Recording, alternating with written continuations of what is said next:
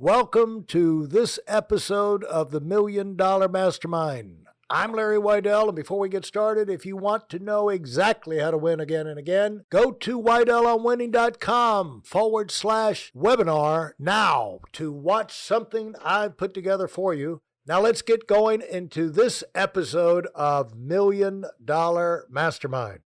This is a chance I've got to talk with Marc Lickfett. And Marc is from Europe, all over Europe, and now living out in that hellhole of Malibu, California, overlooking that ghetto of the Pacific Ocean, and just got a terrible life. My sympathies to you, Marc. Thanks, Larry. It's much appreciated. Yes. And he's the founder of Knife Aid. And he founded that company in 2019 after many other adventures in business, and got on Shark Tank early on, first year. And now that company is, he got a great deal and the company is blowing and going. And so, Marc, tell us how you've got the idea of Knife Aid and what is it? What's unique about the knife? Yes, a good question, Larry, because it's a random idea, and I think you've said that before as well, that a lot of times when you start out, everybody tells you what a stupid idea it is, and I think that definitely qualified. Knife Aid was very much the same. People were really puzzled what it is about, but then so the idea is really that knife sharpening, that whole, it was probably one of the oldest crafts that there are, obviously, because knives were the first tools, so knife sharpening has been around literally forever. But it's something that an industry that's been dying and that's collapsed because the sort of, you have the butcher shop around the corner that used to sharpen knife, maybe the guy that cycled around the neighborhood or had a van and drove around the neighborhood sharpening knives. All those kind of, that sort of supply has disappeared. So people still use knives, people still have knives. Knives still need sharpening because there's really no technology that makes them sharp forevermore. So that need is still there, but there's no supply of that service any longer. And that's why we created an online service where we can you order on the website, people stuff their knives in the envelope that we send them to us, we sharpen them and send them back out. So we can handle it anywhere in the US, and we'll do New York, but also kind of people in very rural areas, just because the supply isn't there. And the idea really came about because, I've done online businesses since the 90s, and the niches that are unexplored online are getting smaller and smaller. Obviously, in the 90s, you could start anything and nothing was digital. Now the niches are getting smaller and smaller. So I was really looking for a niche that's still unexploited. And I love the idea of it actually being a niche like knife sharpening, where it helps people recycle their existing knives. So rather than people taking their knives and throwing them in landfill and disappearing, we can actually help them reuse their knives. And knives should last you 20, 30 years. But for that to be the case, they need to be sharpened. So it was that combination of an old craft, it helps the environment, plus it's a niche that's not digital yet, and therefore kind of ripe for digital disruption. And what about knives? I am just stupidly fascinated in my life about knives. We've done hunting, we've done, all kinds of things. And I don't know what it is, but I just love that. I'll never use all these things. Every size, I've got the kind with the sheaths and the big fancy leather sheaths. And, at least we do use some of them when we go hunting. But I even have one as a money clip with a knife to carry my money around it. My son got that for me. But I don't even have that. You're a proper fan. What is the fascination we have with knives? I think to me it's that sort of the primal aspect that it probably really, and much like you say, knives and hunting, I think it's this sort of thing, cutting stuff up. If you do DIY projects, carving things, preparing food, it's sort of, I think it just ties into, just because I don't know how many ever tens of million years ago. It's when the first knives were invented and kind of when they used stone to cut things. I think it just somehow in our, I don't know what DNA, we remember that's sort of one of the most basic tools, and it's independent of Wi-Fi, of everything else. It's so useful. And then a lot of nice knives, a couple of the ones I love, you can really see how they've been kind of made as well. So it ties us back to all that sort of somebody standing there pounding glowing steel. I think it must be that sort of romance and old connection that we have to knives, because I think they're ridiculously fun as well. It's so great. And I end up carrying a knife without ever using it, but it just feels good to have it just in case. Well, in every car, you gotta have them, and it's the first thing that people, if they go on these wilderness or survival things, they can only take a few things. They're going to have a knife with them, and knives are great metaphors for people in the sense that if they're not sharp, they're useless. And yeah, I'll tell that to my staff. That's a good one. I have to make sure everybody's sharp. Yeah, people, what kind of things come in the most? I mean, because I've got knife sharpeners all over the place here, but they're just for like straight edge pocket knives or kitchen knives and things like that. What kind of things come in the most? How did you get convinced? What kind of research did you do? And how do you go about finding these niches that are unexplored and unexploited? Yeah, I mean, the interesting thing with knife sharpening is basically that there is no information on it whatsoever. So back when we did this kind of research in 2018, there was one study that said there were 1,300 knife sharpeners in all of the US, which is obviously totally nonsense, couldn't possibly be true. If you think of the population, and with 120 million households, and the many more knives, because every household obviously has multiple knives. So just looking at doing a bit of research, it's clear no one watches that space, no one looks at it. It's just completely forgotten. And then I started looking at sort of suppliers of machinery for knife sharpening, and the majority of those suppliers, they either do $2 million machines that a manufacturer will buy when they make knives, or they will sell you as kind of a standalone unit that people will have in their shed somewhere or somewhere in their garage to sharpen their own knives. It was very clear that there was zero information. There was not a service like ours, and zero information on that whole market, that it had just been basically forgotten. It was sort of a supply side collapse of that market.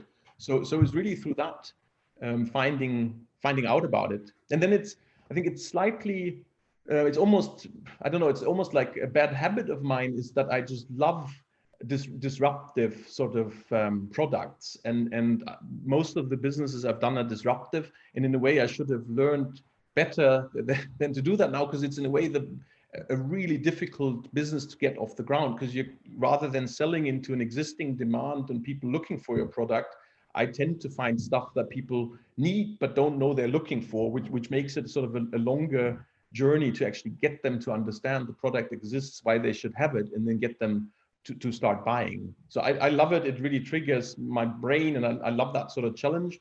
But it makes for, a lot of times makes for slowly growing businesses, just because you have so much work to do, picking the customer up where they are today and then getting them to buy from you. Well, this was hardly a slow growing business with you, though. Oh, but if you think, I mean, the market potential is so absolutely massive. So it's. How do you figure the market potential for knife?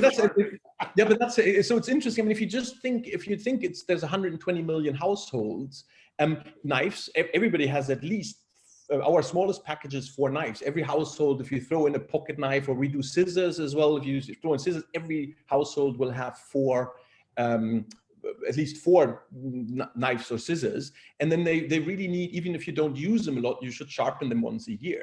So in theory, we have all of those households are our customers, and they all need our service once a year. And the people that cook a bit more and like they're cooking more, the normal knife block will have 12 pieces in it, 10, 12, 14 pieces in it, and they probably sharpen every half year. So the basis there is absolutely massive. It's just a question of getting all those people. And it's funny because you said you have knife sharpen equipment at home. Yeah. You wouldn't believe the amount of knives we get in that people, and mainly guys, I think, completely messed up at home, because it's a craft, and there are very few machines that will actually do a good job. And much like you said, they'll do a good job on certain knife types only.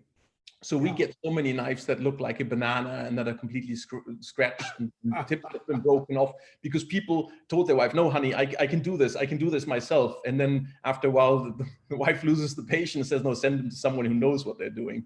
So even the kind of competing substitute products, there aren't really that many. So that's why the market size is massive. Hey, listen, there's a lot of information online, but there aren't a lot of people who've actually done something.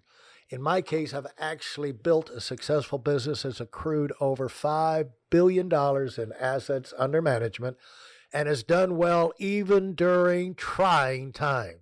Now, if you want to know exactly how I've done this, go to whiteelementwinning.com/webinar now. I've compressed a decade of learning into 5 short weeks just for those of you who want to give yourself an incredible advantage and are tired of waiting and watching others move up. Yeah, and what came first? Did you stumble into this idea, or were you out looking for a product? And if so, like, how many did you sort through, and how long did that take to find, I've got to find something I can do? It was more this process of looking for a product, and it was sort of half time at probably a 2-year journey, half time. I did, and I know you've made fun of coaches before in one of your episodes, but I actually took a coaching degree, a sort of a business coaching degree, life coaching degree in parallel, and had coaching clients, because I've always loved this sort of coaching leadership style. So I've done that in parallel with looking for business ideas. And I really had 3 other ideas I took far, where there was a full business plan, a full model, budget model, and investor conversations before disregarding them and then jumping onto this one. And what were they? There was one. One was a twist on kind of basically the magazine, the whole magazine market and guys magazines, the kind of equivalent of a GQ and the likes, those sort of magazines, that they all have gone out of print. And I think what has replaced the traditional print magazine isn't at all as satisfying as the old magazines were. So the business model is unclear. There's really no one who has a powerful platform community around those sort of topics online. And it was an attempt to bring both a physical publication back and create a website to go with it. So that was one of them.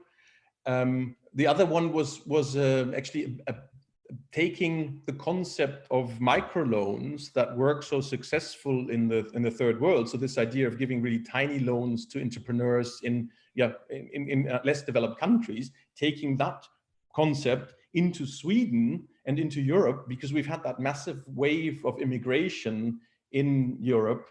The last sort of 3, 4, 5 years ago, we had that massive wave of migration to Europe. And a lot of the people coming to Europe then are highly educated, but none of their education is really being acknowledged. They have issues with language. And it was the idea to say, really, those people that have made it to Europe, in a way, that's the hardest, most gruesome assessment center ever. A lot of those people are obviously very, very focused, determined, and willing to push through barriers to have made it at all. And giving those people microloans in Europe to get them off their feet and start a bar, start a sewing business, start a manufacturing business, what have you. And those seem to be a lot more complicated than what you wound up doing. It's true. I loved the idea, this microloan idea, bringing that into Europe. I loved because it's just, I care for entrepreneurship so deeply, and that is obviously would have been a really powerful enabler. It was very hard to find a good way of making money with that model. It was almost more, the more we looked at it, the more it went into the direction of a sort of a charity. Yeah, and definitely more. That's true. Yeah, there's just not enough ways to slice up the pie there. And all the red tape with, obviously, if you give out loans and so forth, it's more complicated. So you're perfectly right. I think they were both more difficult, but But then at the same time, I mean, what you wouldn't believe how challenging it is to do what we're doing, because in the beginning, the post office wouldn't transport our knives. No, Facebook says you're trying to sell weapons, you can't advertise. Google wouldn't let us advertise. Yeah, the post office, we had the very first sort of our beta envelopes when we sent them out, and they came back here to California in the middle of the summer in the heat. The glue dissolved and the envelopes opened up, and knives fell out of envelopes. And so it's like always, there's a lot of trial and error, and the devil is in the details. So it's not as simple as it sounds, maybe. How many people do you have that are, I mean, whoever's doing this sharpening has got, like you say, it's a craft, it's a skill. It's not something you hire a minimum wage person out of high school and in an afternoon. It seems like you know that your people are very important to you that are doing the service. That's very true. And we basically created an apprentice program like in the olden days. So people start out doing parts of the process only, and only on certain knife types. Obviously, in the very beginning, the first 3 months, they never even touch a customer's knife at all, but we have training knives. And so there's a whole process of, an apprenticeship process of learning to become that sort of craftsman. And it's really important to retain them. Obviously, the good thing is right now we don't have any competitors that anyone could go to, but they could obviously set up their own shop. So it's about keeping them motivated and keeping them loyal to us. And then it is, I mean, it's tough work because it's kind of physical work. It's obviously, it's dirty, it's messy, it's noisy. So that definitely, it's a really important part of what we do, is keeping them educated and upskilling them and keeping them happy. Well, the thing is that your apprenticeship program is exactly parallel for the best way you train anybody in anything that involves skill or performance, is to get them in and let them kind of ride with you and observe, and then step by step start to do one piece, then 2 pieces, then 3 pieces of the step.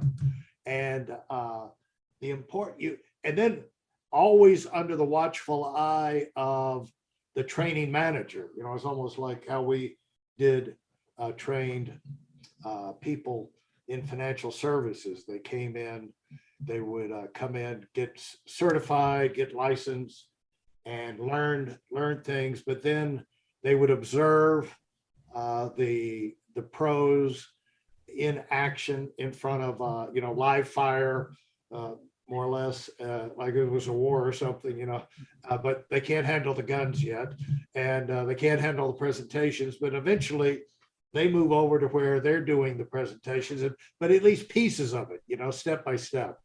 And that is really the best way to train anybody in anything. But before that happens, you've got to know how to do it at the highest level yourself. So how did you get that knowledgeable about that business? We have one of the founders, Magnus. He's a guy, and it's very funny because he's an engineer by trade, and for the longest time he worked with sort of encryption software, and really just a brainiac, a smart guy. And he, about 30 years ago, started to do knife sharpening. So he was in LA doing knife sharpening for sort of high-end chefs, for the sort of the most knowledgeable people, knife people in LA. He was doing work, and he'd actually, for many knives, he would charge $100 or $150 to sharpen one of their knives. So it was him we reached out to, and he joined us in kind of setting up the business and really brings the knife knowledge to the table.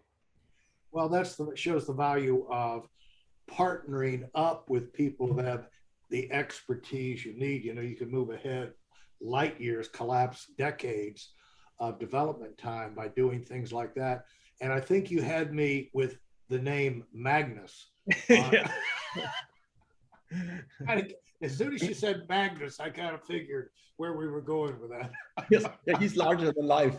I really like your point, because it's so easy to think, knife sharpening, you need an apprentice program, but you don't need an apprenticeship program for business. But I think, much like you said, things like presentations, and so much in business is so much more craft and art really than it is science. So this sort of approach of, I'll just hit a book and afterwards I can do it. It definitely doesn't work in knife sharpening, but it doesn't work in business either. It's really about, watching good people, learning from good people, and doing it rather than just studying endlessly. Yeah, that's why people, you have the big corporations and they're matured out to where they're being run by ex-accountant or attorney who has no idea uh, about the art of sales. And sales is what drives every company. Sales and marketing, got to sell the stuff. And they have no idea the trauma, the things that the marketing people, the sales people go through. And so they don't put a big premium on it, But if it's not, if you can't do it in a factory, if you can't teach a robot to do it, then it's going to be an art because you got to think on your feet and you got to have skill, you got to have instincts, and you got to play your instincts and be able to keep on going when it doesn't work out, but then learn something from that situation so you're better the next time. It's going to be a long way before we can get the robots to do that. They said they're working on it, but yes. And I think to your list of marketing and sales, I would even add culture, because I do think it's so, more and more so that people's motivation, the company culture, the corporation is just so totally key. And obviously that robots will never learn. And an accountant, they can do surveys and then look at the numbers and say the surveys are trending up and down, but that's not a way of creating culture. So I think that piece as well is just something you need to learn from other entrepreneurs, from other organizations, those soft facts. To wrap up this segment, would you speak to the issue of those who are listening? They're saying, dadgummit, I wish I knew a Magnus. I wish I could come up with an idea like this. I'm just not a great idea person. But if I had that idea, I could really do something. But they don't understand that it's a process of sorting through things and just taking the time to go through the numbers and evaluate. Because folks, if we look out, I'm just talking to all of y'all now. If we went like 5 years in the future, there'd be like 100,000 new inventions in every area of life that none of us had ever even, could imagine today. And then the things that are already here are going to be reinvented and improved up to another level. They're not going to run out of people to be contestants on Shark Tank. They're not going to run out of people to be, they're not closing the patent office. There was a bill in Congress to shut down the patent office in like 1920 because they said, all the inventions are made, what else could there be?